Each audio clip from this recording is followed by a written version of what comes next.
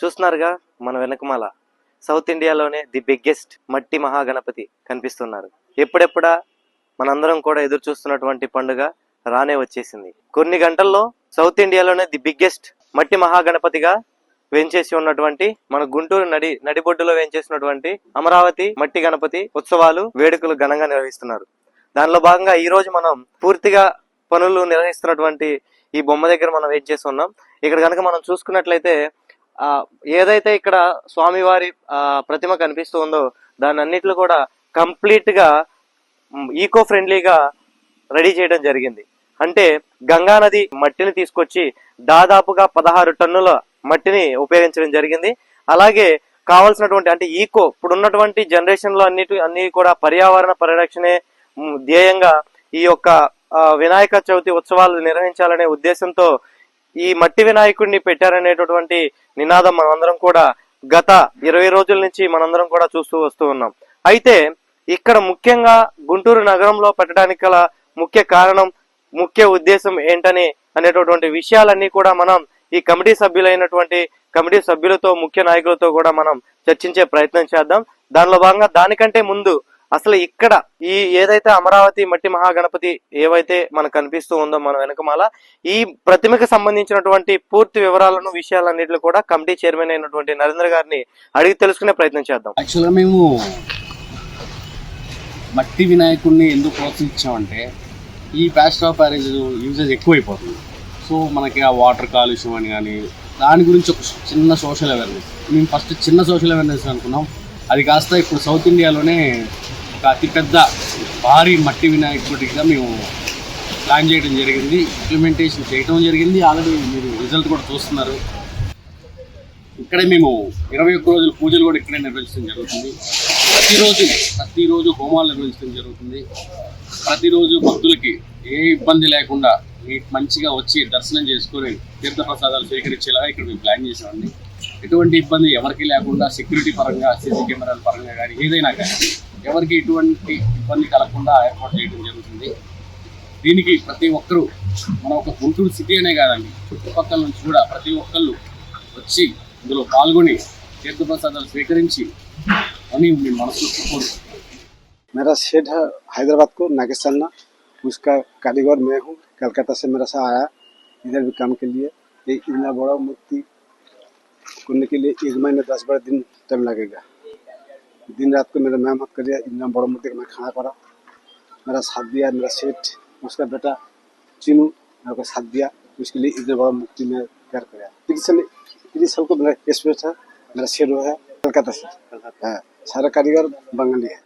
ఈ స్టేజ్ ఏదైతే ఉందో ఈ కంప్లీట్ గా ఎవరైతే ప్రత్యేక దర్శనం కొరకు ఇచ్చేస్తూ ఉంటారో అందరినీ కాకుండా ఆ ప్రత్యేక దర్శకులు ఎవరైతే ఉంటారో వివిఐపి వారిని ఈ స్టేజ్ మీద ఎక్కించి స్వామి వారికి కావాల్సినటువంటి ప్రత్యేక పూజా కార్యక్రమాలను ఏర్పరిచేందుకు ఈ స్టేజ్ ని కూడా ఏర్పరచడం జరిగిందని మనకి నరేంద్ర గారు చెప్తూ ఉన్నారు. చూస్తున్నారుగా మన ముందు విఘ్నేశ్వరుడికి అతిపీతి ప్రాప్తమైనటువంటి వాహనం. మనందరికీ తెలుసు వినాయకుడికి ప్రత్యేకంగా ఒక వాహనం అనేది మనందరికి ఉంటుంది అని మనందరికీ కూడా తెలిసినటువంటి విషయమే.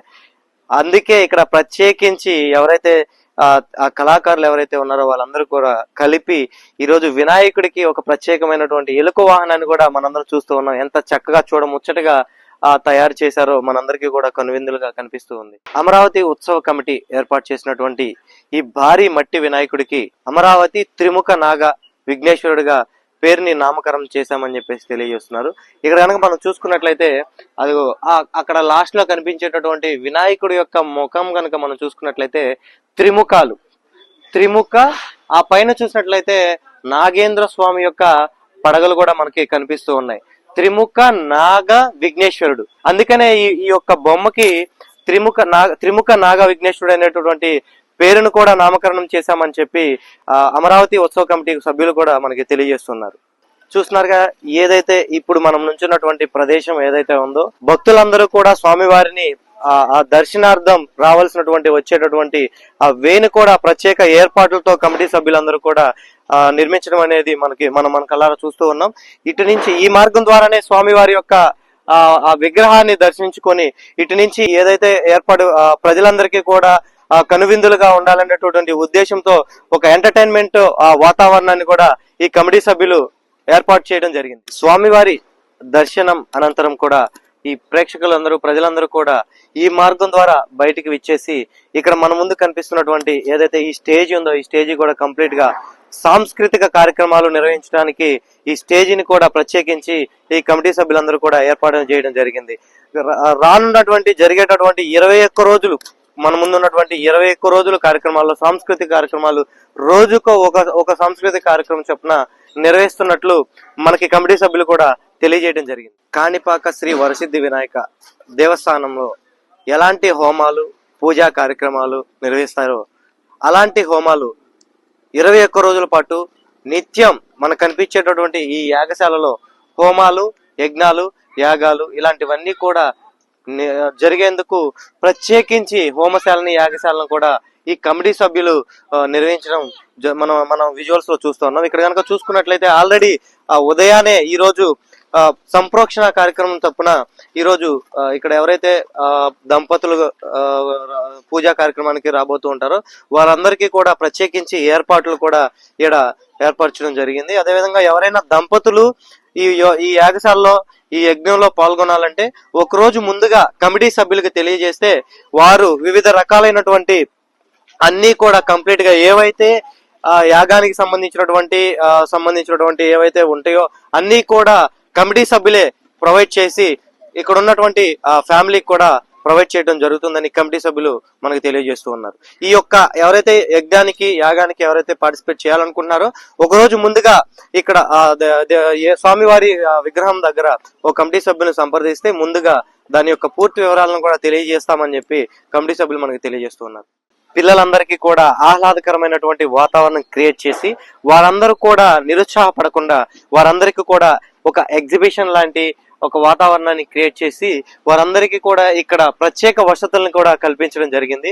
అక్కడ మనం చూసుకున్నట్లయితే జైంట్ వీల్ ఉంది, అలాగే డాషింగ్ బోర్డు ఉంది, అలాగే కొలంబస్ ఉంది, నెక్స్ట్ వివిధ రకాలైనటువంటి స్టాల్స్ తో కూడా పిల్లలందరినీ కూడా ఎంటర్టైన్ చేయాలి. ఈ వేడుకలన్నీ కూడా అంగరంగ వైభవంగా సౌత్ ఇండియాలోనే కాకుండా ఈ గుంటూరుకి ఒక మంచి పేరు రావాలనే ఉద్దేశంతో పర్యావరణ పరిరక్షణంగా ఈ రోజు మనకి ఈ వాతావరణంలో ఇలాంటి వాతావరణం కూడా క్రియేట్ చేయడం చాలా సంతోషంగా ఉందని చెప్పి మనకి కమిటీ సభ్యులు కూడా తెలియజేయడం జరుగుతుంది.